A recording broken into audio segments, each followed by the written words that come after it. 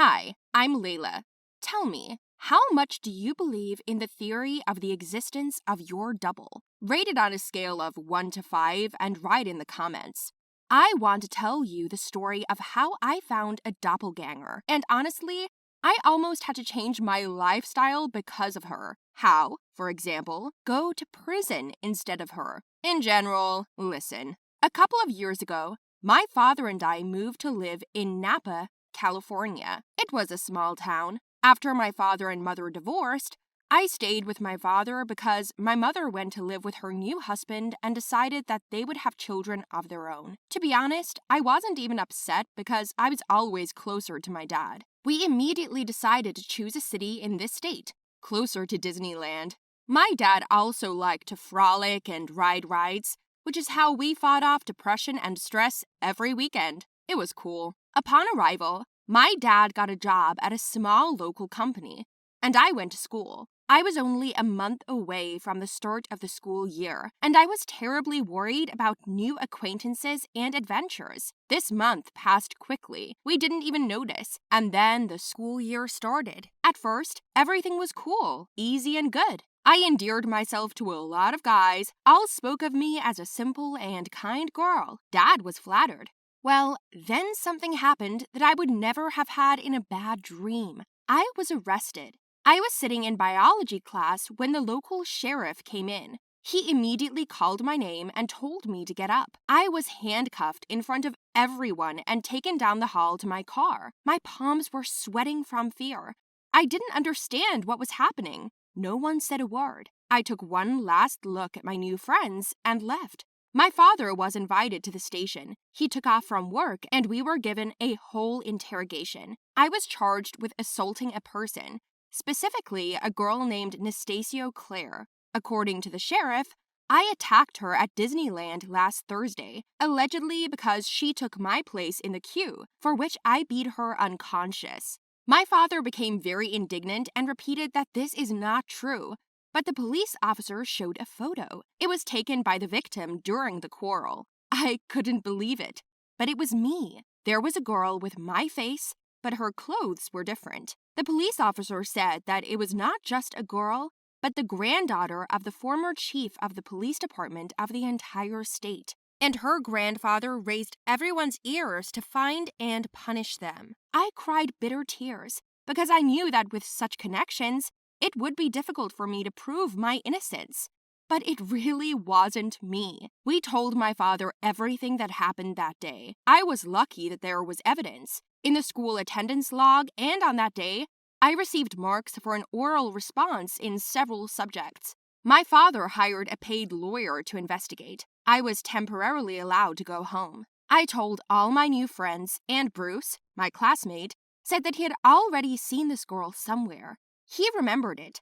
It turns out it was on TikTok. I immediately found her profile and started looking at it. Her name is Leila. She lives in our state, but in a different city. We are almost the same age. She is older than me by a year, but we are strikingly similar. We even have moles on the face near the lips, 1 in 1. How can this be? I immediately called my mother and asked how many children she had, but my mother swore that I was still her only child. I didn't answer the rest of her questions. I thought for a long time, and then I wrote to Leila. She, at the sight of my profile, was probably also surprised and immediately wrote to me. So we began to communicate. I didn't tell her that I was confused with her. I was just getting to know her. It turned out that she was from a dysfunctional family. She had foster parents who were not behaving in the best way. They both drank, and she wanders here and there, always getting into problems. She was a little rough, unlike me, but on the whole, we developed a mutual liking for each other, probably because of the resemblance. Although it was not good, but I did not want to sit in prison for her, and I technically found out where she lives. We went there with our lawyer to talk. At the sight of each other, we both froze, looking at everything from head to toe for a long time. It was an amazing resemblance. It seems that even twins are not born like this. After the conversation, Leila said that the girl climbed without a cue and then began to call her a ragamuffin, which caught on. If I saw her again, I would hit her harder, she said. I asked the lawyer if it was possible to settle this point. I didn't want her to go to jail just because someone had more connections than us. The lawyer advised to conclude a truce with the girl, ask her forgiveness. But Leila protested. She refused, saying that it would be better to rot in prison. Then I came up with a brilliant idea. I asked Leila to stay with her parents for a couple of days. Frankly, they didn't even look in our direction. They were too busy drinking alcohol. When we arrived, Leila and I changed clothes, then went to the girl's house with my dad and the lawyer. They hid in the car, and I pretended to be Leila. At first, that girl was rude to me in every possible way, called me names, made me ask for forgiveness on TikTok. She humiliated me as much as she could. I didn't like it, of course, and even though I was pretending to be a different person, it was still offensive. But freedom was at stake. And this is a powerful argument to stick your tongue and pride in one place for one day. So the conflict was settled, and the girl and I never saw each other again. As for Leila, we started to communicate closely with her. My father saw us and admired us, saying that he always wanted twin daughters. We took the time to dig through the family archives, photos, medical records, but Leila was nowhere to be found. So it's really a miracle, our similarity. I really felt sorry for her because she lived in terrible conditions. I don't think she deserves this. I persuaded my father, and now our lawyer is trying to negotiate with her guardians so that they will give up their rights to her so that my father can adopt her. This is an important step. We discussed it for a long time, but since then, Leila and I have become inseparable. I think it's fate. I'm Lisa, and not so long ago, I was an active TikTok user. I used to be interested in Instagram. I gained more followers there. I really liked posting my photos and shooting stories. Since I am an active user, I posted almost everything I did during the day. Eat, walk, do yoga, sing, dance, see friends, sometimes cook, read. In general, everything. I always liked it. And then, when I got a large number of subscribers, it even became a duty. I turned the content around and started earning some money. Well, then my friend suggested that I register on TikTok. I immediately liked this app. There are a lot of cool effects, all sorts of videos with challenges. In general, I realized that this is mine, and I began to promote my profile there. Since I wanted the number of subscribers to grow, I started shooting videos twice as often. I showed my cozy home, or rather my parents' house, inside and out, and then I connected my friends, our parties. We led an active lifestyle. Often went to the mountains, could stay there overnight, went to the club with friends consistently once a week. And all this I showed to my subscribers. In addition, I like to experiment with appearance, constantly dyed my hair, changed my style, and spared no money on clothes. It was all for the sake of my content to their subscribers. Personally, I was pretty popular, but as it turned out, there are two sides to this, and the second almost cost me my life. It all happened about 6 months ago. At the time, I didn't think I was in any danger. My friends and I were going to another campsite with an overnight stay. I decided to do a little yoga, and by the way, if you haven't done it yet, I advise you can't find a better place. When we packed our things in the morning, my mother and I sat down for breakfast, and as always, she turned on the TV with the news, like to keep up to date with the latest events. A sketch of a suspect in a number of attacks on underage teenage girls flashed through the criminal report feed. Unfortunately, some of the girls did not survive. He was a creepy guy with a look of a killer who caught teenagers and bullied them, sometimes raped them, sometimes killed them. My mother and I were shaken by the news. Mom immediately threw a tantrum and said I wasn't going anywhere, but I protested. Mom, but my followers are waiting. I have already promised that I will show them the best place for yoga, and in general, it's not just entertainment. By the way, I earn money from this. Besides, nothing will happen. Don't worry, Mummy, I told her, and I kissed her quickly on the forehead and ran so that she wouldn't have time to shout after me. I drove to my friend's house. Oh, it was a beautiful day with great weather. We took everything we needed: tents, mats, sleeping bags, food, drink, and our own awesome mood.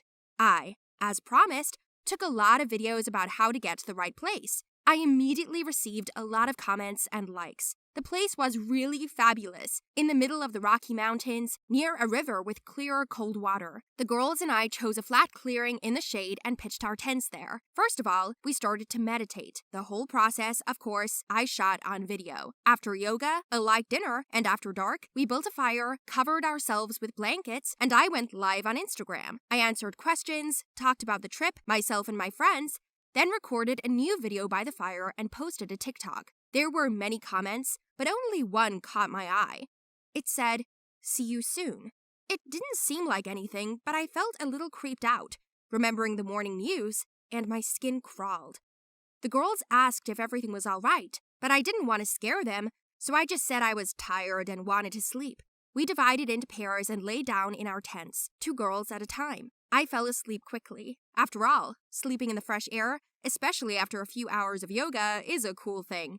I fell into a deep sleep. I woke up with a terrible headache. I opened my eyes and didn't immediately realize what was happening. And then, my heart froze, as did my blood, and fear choked my throat, and I couldn't scream. There was a man sitting right in front of me, sorting through things in his bag. We were in a strange hut. I was sitting alone, tied to a chair. I didn't know what to do, but all I wanted to do was run. When the man noticed that I had regained consciousness, he came closer and then sat down opposite me. It was him. It was that maniac from the news. At that moment, I could no longer contain my emotions. I screamed so that I thought the whole world could hear me. He hit me in the face with his hand and said that no one would help me. I shouted, "Who are you? What do you want? Where are my girls?" And tears began to fall from my eyes, and my hands and feet were shaking. The stranger looked me in the eye and said that he was only interested in the TikTok star. I must admit, I was very surprised. I did not think that people like him still sat on the internet, and even more so in TikTok. It was as if he had read my mind. You thought people like me didn't know what it was? You took every step on video, showing your home, family, and friends. Unless you're sitting on the toilet, you don't take it off, he said. I didn't understand why he was telling me all this. As he chatted, I saw a table in the room, where he had laid out terrible tools. Jewelry rings, bracelets, earrings. I saw blood on them and realized they were the victim's accessories. I started to cry even harder. He saw my reaction and said that in this place, in this chair where I was sitting, they were all sitting. I asked why he did it. Why? His answer startled me. It turns out that all the girls who became his victims were popular, either on Insta or on TikTok. They were all active pages, were beautiful, and hung on the tongue. Well, he had a daughter about our age. As I understood, the girl did not have a beautiful appearance, figure, but often looked at bloggers on the internet because she is not so beautiful, not so famous. He, like a father, soothed her, but she did not listen to him. His wife had died a long time ago, before she could teach her father how to handle his daughter. The girl grew and became more and more complex about her appearance. And the more she surfed the internet, the more hotties she found and hated herself.